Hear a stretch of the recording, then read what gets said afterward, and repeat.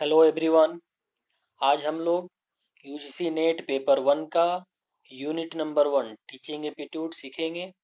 इसमें ये lecture number 4 है। तो इस लेक्चर में हम लोग बात करने वाले हैं फेजेज ऑफ टीचिंग। तो इससे पहले का लेक्चर में definition meaning of teaching aptitude और उसका फंक्शन कैरेक्टरिस्टिक्स ये सब हम लोग देख चुके हैं।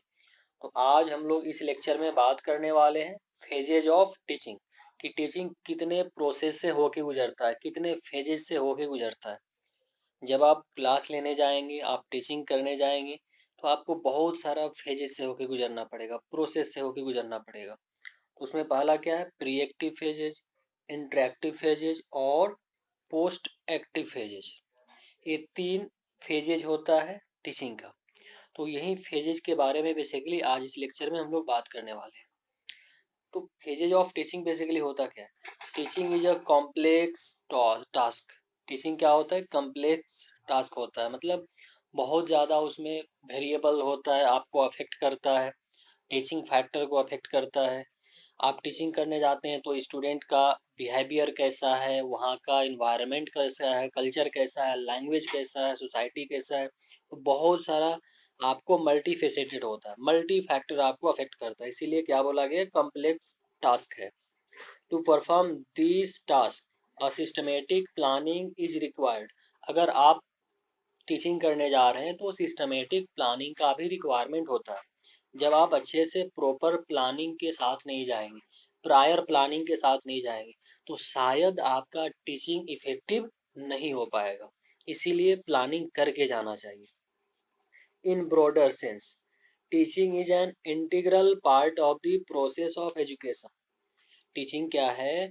एक इंटीग्रल पार्ट है, यानी कि इसको अलग नहीं किया जा सकता एजुकेशन से। It is a system of action intended to induce learning. Its special function is to impart knowledge, develop understanding and skill. An interactive interaction takes place between the teacher and students in the teaching process. Teaching process में basically क्या होता है कि जो teacher है वो learner को सिखाता है, उसको नॉलेज में इन्हांस करता है, डेवलपमेंट करता है, स्किल सिखाता है। और सिखाने के प्रोसेस में क्या होता है कि टीचर और स्टूडेंट के बीच में क्या होता है? इंटरेक्शन होता है। दोनों के बीच में आपस में कम्युनिकेशन होता है, बातचीत होता है। लर्नर सीखता है और जो टीचर है सिखाने वाला वो सिखाता है। तो प्रॉपर प्लानिंग के साथ होना चाहिए। तो यही प्लानिंग करना ही क्या कहलाता है? फेजेज ऑफ टीचिंग कहलाता है। और कितना फेजेज होता है? 3 फेज होता है। देखिए यहाँ पर भी लिखा हुआ है, the teaching can be divided into 3 phases. पहला क्या है? Pre active phases of teaching, interactive phase of teaching, post active phase of teaching. अब यही तीनों के बारे में हम लोग डिटेल्ड डिस्कस कर रहे हैं यहाँ पर कि pre active phase of teaching. Pre active phase का मतलब क्या होता है? प्री का मतलब क्या होता है? पहले। एक्टिव का मतलब क्या? कुछ एक्शन लेना, कुछ काम करना। तो कुछ काम करने से पहले प्लानिंग करना, उसको बोलते हैं pre active phases. For example, अगर आप टीचिंग करने जा रहे हैं, क्लास लेने जा रहे हैं, तो आज किस टॉपिक पे क्लास लेना है, आज क्या पढ़ाना है, किस बैच को पढ़ाना है, कितने टाइम में पढ़ाना है, सब कुछ आप पहले ही डिसाइड कर लेते हैं। और उस टॉपिक के लिए आप क्या करते हैं? पीपीटी बना लेते हैं, या फिर आप जो उसके लिए रिक्वायरमेंट मटेरियल है, बुक्स है, पीडीएफ है, या फिर डायग्राम्स है, ये सब तैयारी कर लेते हैं। इसके बाद जाते हैं क्लास लेने। तो उसी को क्या बोलते हैं? Pre active phase of teaching. This phase refers to the planning of a lesson.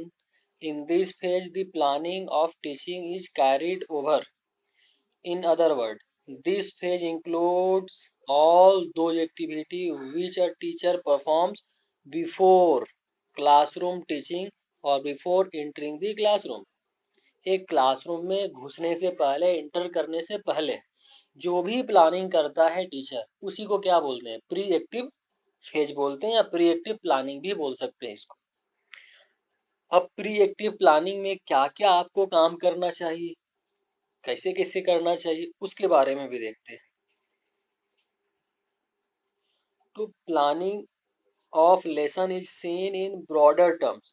It is not just designing of a lesson plan. It includes identifying the objective to be achieved in terms of pupils learning. आपको pre active phase में ये पता करना है, ये identify करना है कि ऑब्जेक्टिव क्या है, किस ऑब्जेक्टिव से लर्नर को सिखाना है, कितने टाइम में सिखाना है, किस टॉपिक पे क्लास लेना है, ये आइडेंटिफाई करना होता है। फिर strategy and methodology to be adopted. आप टीचिंग का बहुत सारा मेथड होता है, lecture method, project method, assignment method, किस मेथड को लगा करके और पढ़ाना है बच्चों को, किस तरीके से पढ़ाना है ताकि अच्छे से समझ में आए लर्नर्स को। तो ये सब भी स्ट्रेटजी आपको फॉर्मुलेट करना होता है, आइडेंटिफाई करना होता है। फिर क्या करेंगे, यूज ऑफ टीचिंग एड्स।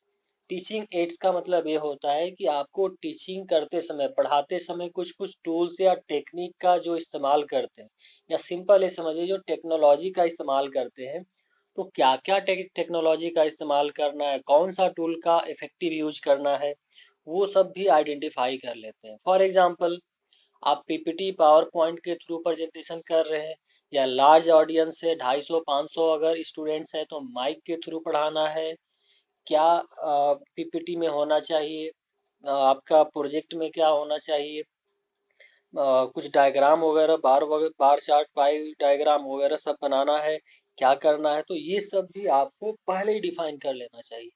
तो ये सब होता है प्रीएक्टिव फेजेज में। ठीक है। फिर इसमें और कुछ बोला गया कि selection of the content to be taught. क्या कंटेंट पढ़ाना है ये भी पहले से सिलेक्शन कर लेना होगा। Organisation of the content. अब सारा कंटेंट को सिक्वेंशियल वे में कर लेना कि पहले ये पढ़ाना है, फिर ये, फिर ये, फिर ये, और लास्ट में कितने टाइम ड्यूरेशन में इसको कंप्लीट कर लेना है। तो ये सब भी आपको एज ए टीचर करना होगा। Jurisdiction of the principal and teaching maxims. क्या लिखा है इसी पॉइंट में, justification of the principal and teaching maxim which are to be used. Teaching maxims कहने का मतलब कि कुछ कुछ टेक्निक की प्रिंसिपल्स की आपको कैसे पढ़ाना चाहिए, किस प्रिंसिपल को फॉलो करना चाहिए। जैसे आप क्लास में जाएंगे तो क्या पहले से ही पूरा डिफिकल्ट चैप्टर स्टार्ट करेंगे, नहीं ना। क्या करेंगे, पहले इजी सवाल बताएंगे, फिर थोड़ा थोड़ा सा डिफिकल्ट बढ़ाएंगे, फिर सबसे ज़्यादा जो डिफिकल्ट है वो पढ़ाएंगे। तो ये सब कुछ प्रिंसिपल होता है, उस प्रिंसिपल को भी पहले से आप प्री डिटरमाइन कर लेंगे तो अच्छा रहेगा, ताकि आप इफेक्टिव क्लास ले पाएंगे। समझ पा रहे हैं ना, अभी हम लोग क्या पढ़ रहे हैं, प्री एक्टिव फेजेस को ही पढ़ रहे हैं। फिर selection of appropriate teaching method. अब सिलेक्शन करना है टीचिंग मेथड का अप्रोप्रिएट, कि कौन सा, जैसे कि लेक्चर मेथड है, अगर 50, 100, 150, 200 तक बच्चा है तो आप लेक्चर मेथड देंगे। अगर आप 10-12 बच्चा है तो क्या करेंगे, पर्सनलाइज वे में भी होकर के पढ़ा लेंगे। आपको माइक से पढ़ाना है, पावर पॉइंट प्रेजेंटेशन से पढ़ाना है, कैसे, उसका भी एक सिलेक्शन कर लेना होगा। ऐसा नहीं कि चलो 10 मेथड है टीचिंग का, क्लास में जाने के बाद डिसाइड करेंगे। पता चला कि आप डिसाइड करते ही रह गए, टाइम निकल गया, क्लास ओवर हो गया, कुछ नहीं सिखा पाए आप। तो ये सब भी आपको ध्यान रखना होगा। फिर है decision regarding the preparation and usage of evaluation tools. अब जो भी आपको टूल यूज करना, उसका 8-10 जो टूल अवेलेबल है, उसमें से इवैल्यूएट करके और 2-3 या एक जो सिलेक्शन करना, उसका सिलेक्शन करके अब क्या करना है, क्लास में घुस जाना है। अब कुछ सजेशन दिया गया है, suggested activity in pre active phases, कि प्री एक्टिव फेजेस में क्या क्या सजेशन आपको दिया गया है। तो पहला है, फर्स्ट ऑफ ऑल क्या है, डिटरमाइनिंग गोल्स ऑब्जेक्टिव। गोल्स या ऑब्जेक्टिव डिसाइड डिसाइड करके तभी क्लास में जाना चाहिए। अब बात कर लेते हैं डायरेक्टली हम लोग कौन सा, दूसरा मेथड, इंटरेक्टिव फेज।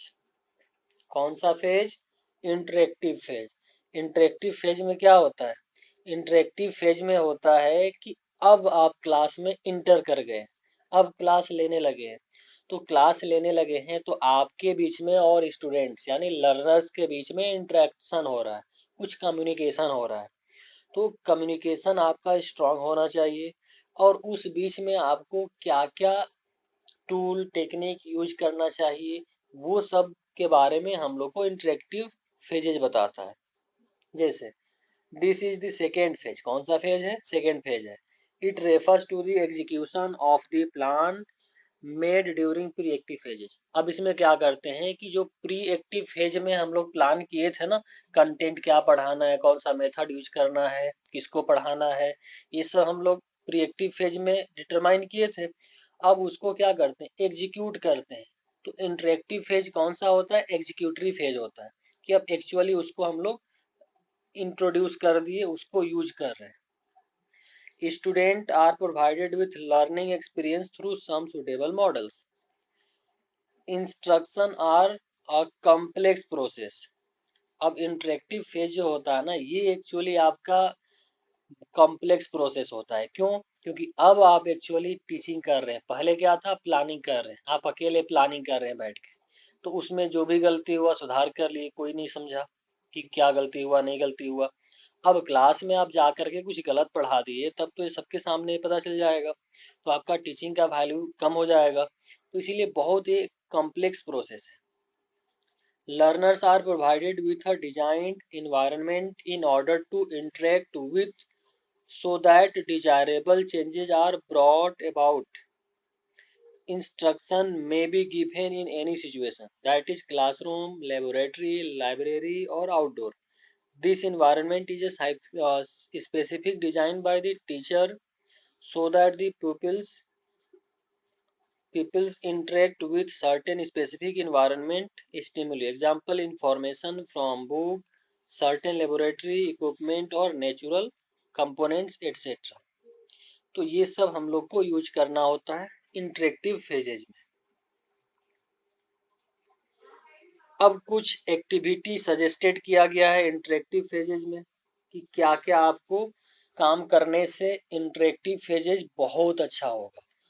तो पहला है सेटिंग अप द क्लास।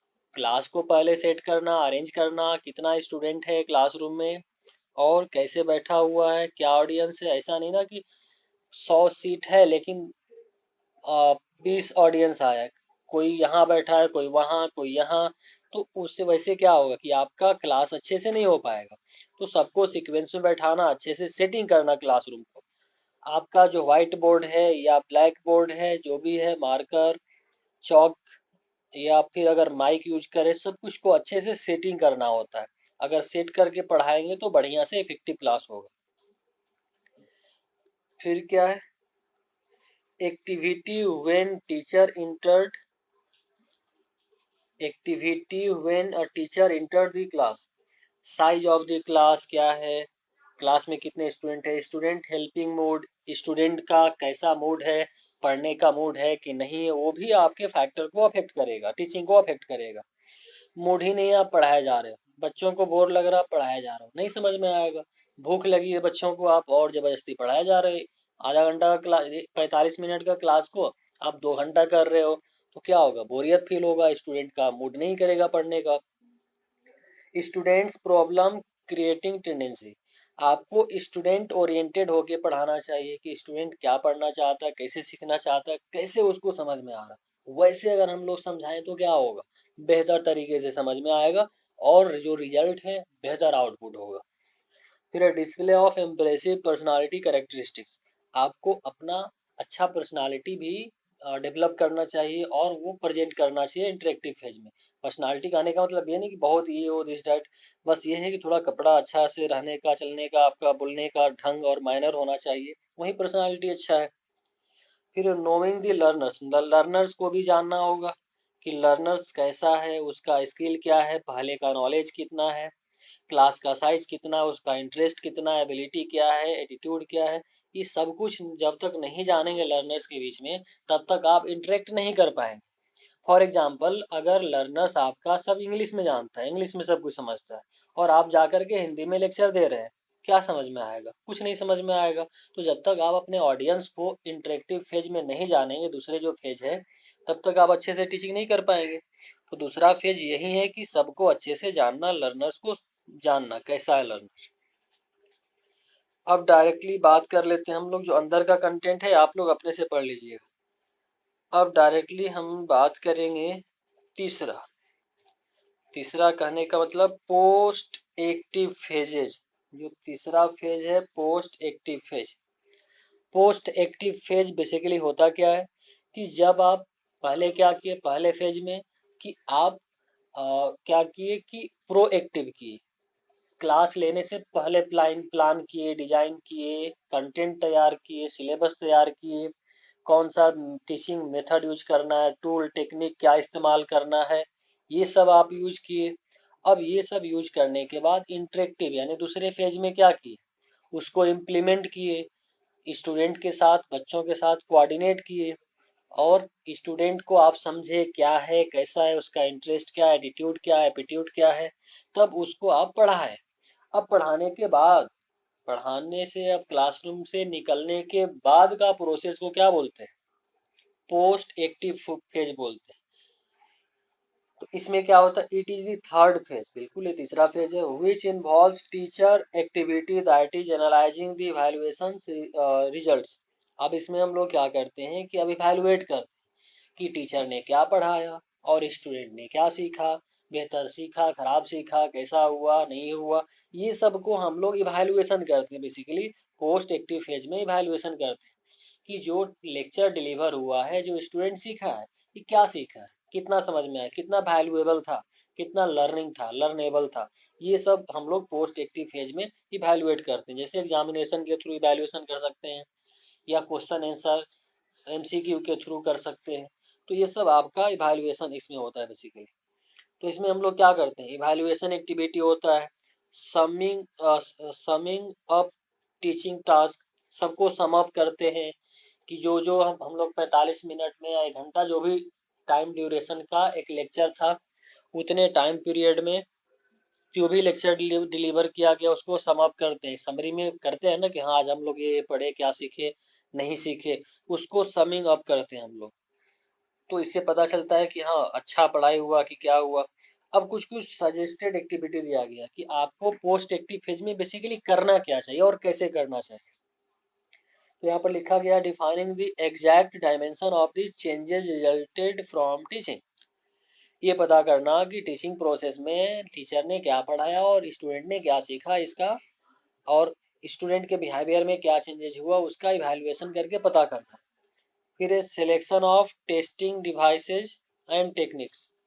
अब हम लोग देखते हैं कि जो टीचिंग का मेथड, टूल, टेक्निक, ये सब जो यूज किए थे वो इफेक्टिव हुआ था कि नहीं हुआ था। अच्छा, ऐसा हम लोग बेसिकली करते क्यों है, इसलिए पता करते हैं ताकि अगली बार का फिर प्लानिंग करें हम लोग तो पता चल सके कि जो यूज किए यही कंटिन्यू करें या चेंजेस करें या क्या करें, टॉपिक को चेंज करें, मेथड को चेंज करें, क्या करें अगली बार से। तो इसीलिए पोस्ट एक्टिव फेज बहुत जरूरी होता है। फिर होता है changing the strategy in terms of collected evidence. जो भी कलेक्टेड एविडेंस आया अब उसके अकॉर्डिंग देखेंगे कि बेहतर अगर रिजल्ट आया, बहुत अच्छा आया, सबको इंटरेस्टिंग लगा पढ़ाई, तो आगे भी वैसे ही कंटिन्यू करें। अगर कुछ चेंजेस का रिक्वायरमेंट होगा तो फर्दर हम लोग चेंज करेंगे अगली बार से। तो ये सब बेसिकली था फेजेज ऑफ टीचिंग। तो इसको अच्छे से करेंगे, बहुत ही इम्पोर्टेंट है। फिर कमिंग लेक्चर में आगे हम लोग बात करेंगे कुछ अगले पॉइंट का। तो थैंक यू सो मच, आज का क्लास के लिए इतना ही।